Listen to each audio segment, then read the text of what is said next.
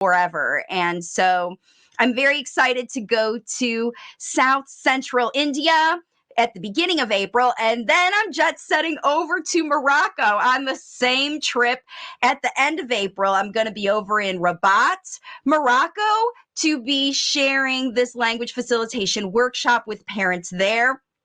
Now, don't fret if you don't live in Asia or in Morocco, because I am going to be putting this online to offer to parents and caregivers all around the world.